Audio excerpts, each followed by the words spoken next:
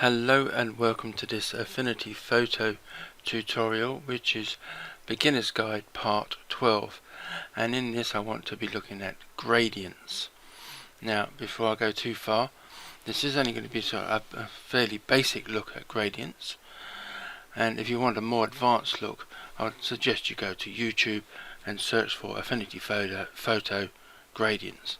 Now probably tens if not hundreds of videos out there about it, and even one that I've made myself.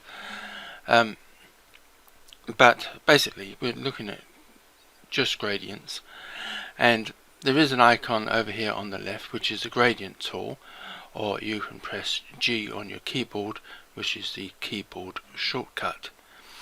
Now gradient is basically where the sort of colours go from one colour to another, or you can have multiple colours along the way. So we'll have a quick look at that. So I've opened this document here, and as you can see I've got no layer at the moment to work on, so I'm going to need to add a pixel layer. So I'll click on this icon down here to add a pixel layer, and then I will just select the gradient tool. And as you can see, the cursor has changed to having this little add-on just below it and to the right, which is the gradient tool symbol.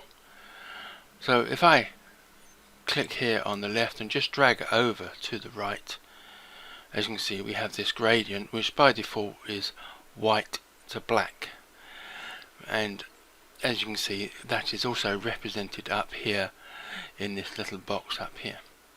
And next to that we have the type of gradient, which is linear, so that's just a straight line.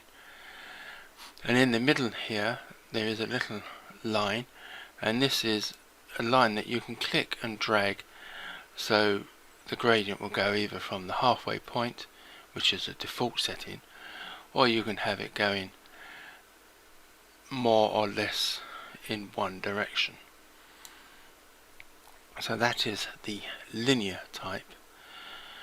And now you click on this, you have some other types here, which is elliptical, and from that it means if I have this, say put this in the center, you get these two control points, and you can reduce and alter the size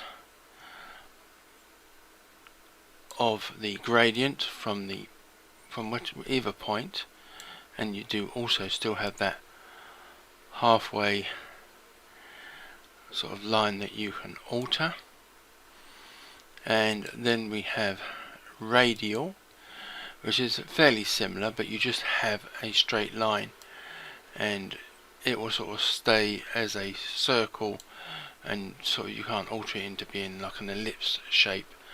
But again, you have that line in the middle where you can alter how far the gradient goes. And the next one is conical, which is a bit weird in the sense that the gradient goes in a circle like this, and you can alter this around, but you do have two halfway points here, and you can sort of move this around.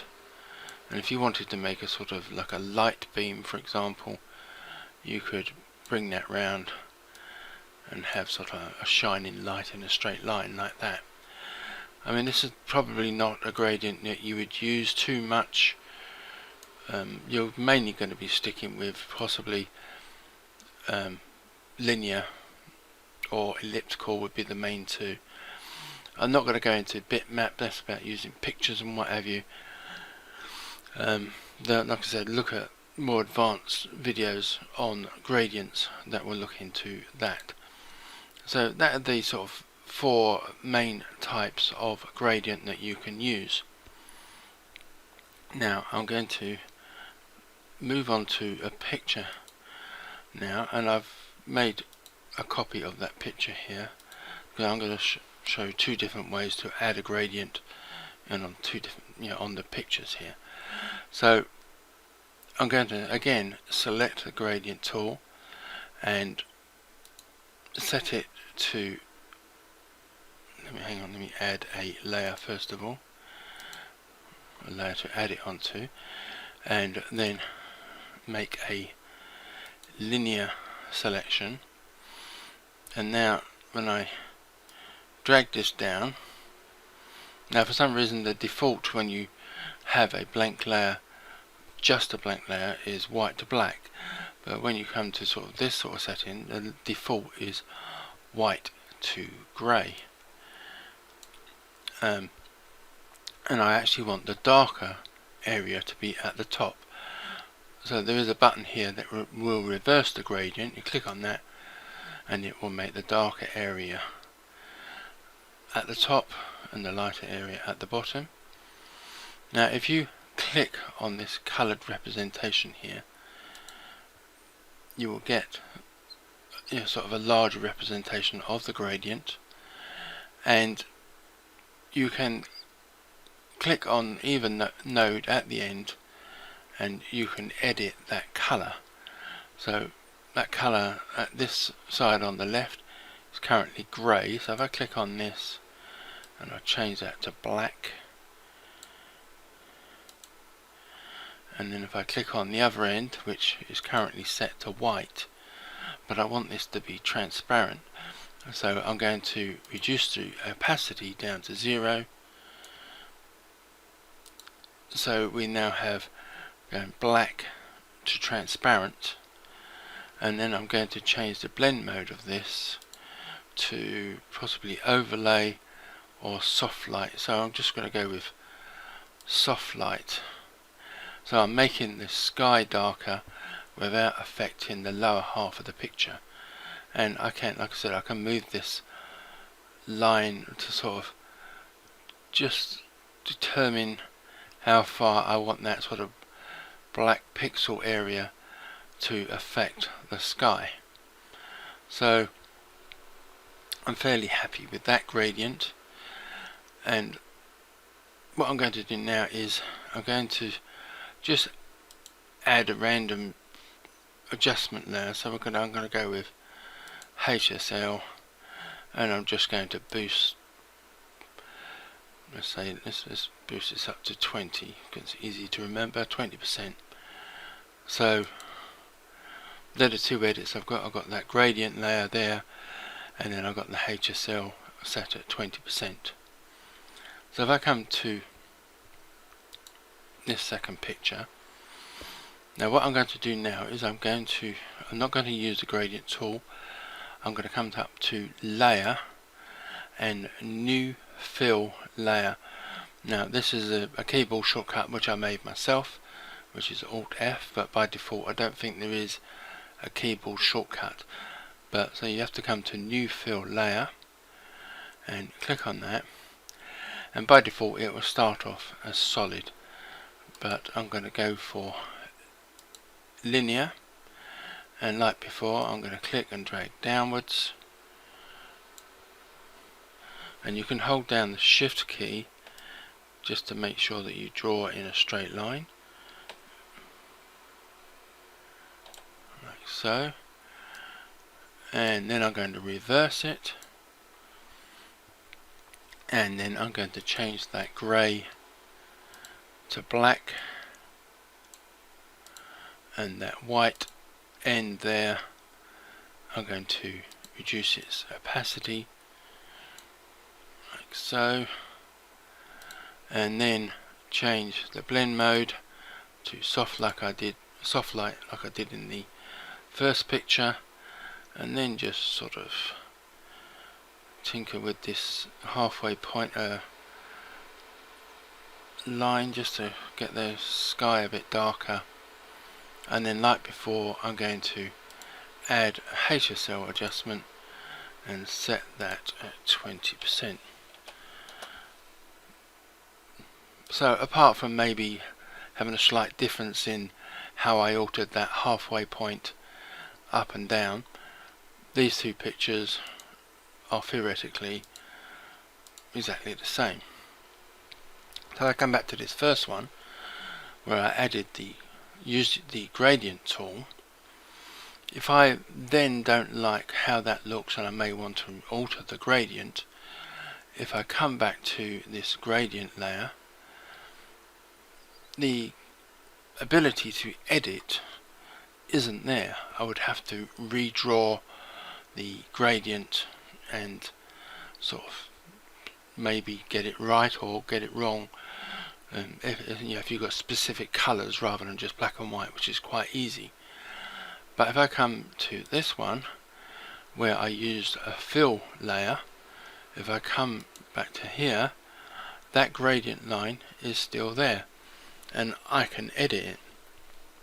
And if I'd used some odd colour that wasn't black and white, for example, it would still remain. I wouldn't have to try and remember what colours I'd used, because then you can come back up here and edit and add different colours and what have you. So if you're going to use a gradient, especially if it's not your very last edit, I would advise using the new fill layer option from the layer menu and possibly making a keyboard shortcut like I did,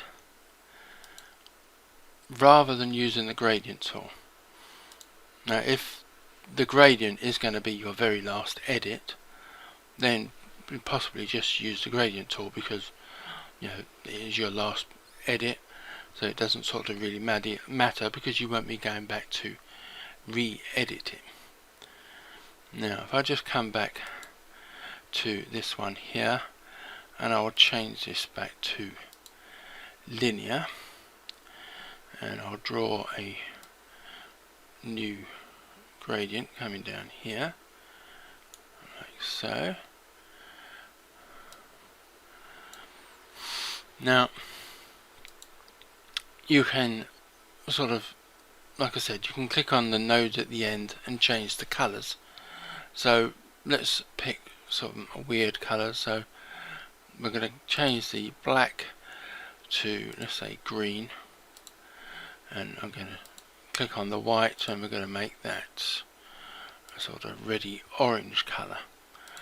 So we're going from this sort of orange going towards green. But what if you want another colour in the middle, or anywhere else for that matter?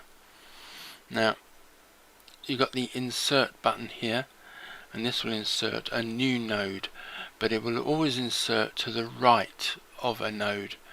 So if, for example, I had this right hand one sort of highlighted, as you can see that insert button is greyed out because it can't put a node to the right. So you need to come to a left hand side node and the insert button will be able to be used, and it will always sort of put it at the midway point. So if I insert a node there,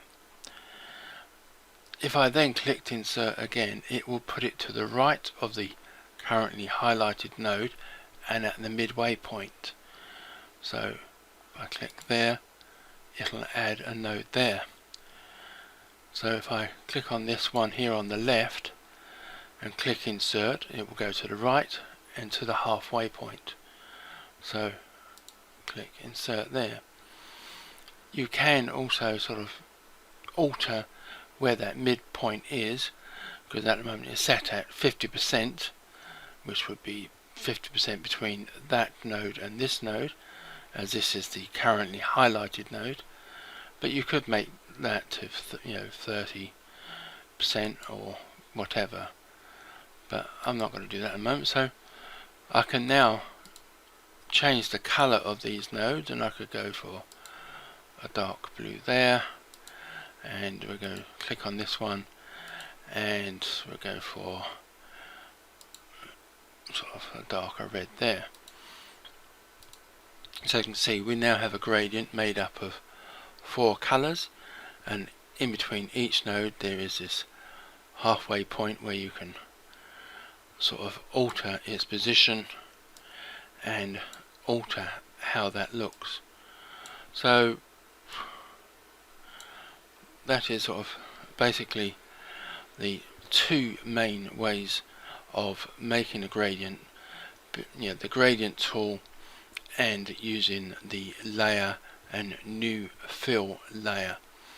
Now if I just delete this off, there is another way which is not it's very similar, but if I get this rectangle tool and I draw out a box, at the moment you can see the fill is white, which is the colour we have here. Just make sure this fits the page. If I click on that colour, you can see one of the options here is gradient. So at the moment it is going from white to white. So I'm just going to change one of these ends to black so we can see it. So this is going black to white in the linear option, but this will only go from left to right. You can't change its direction other than turning the whole layer round. So as you can see, this will go left to right only, thing. And if I change this to elliptical, it is again stuck here on the left hand side of the layer, and you can only alter it that way. And the same goes for radial, which is going to be pretty similar because it's stuck on the left hand side, and the conical, which basically the gradient is going from black and all the way around to white. That gives you this half black and white look. If I go back to linear, and like I said, the only way to alter its look would be to rotate this round to get that to go in a direction that you may want it to go.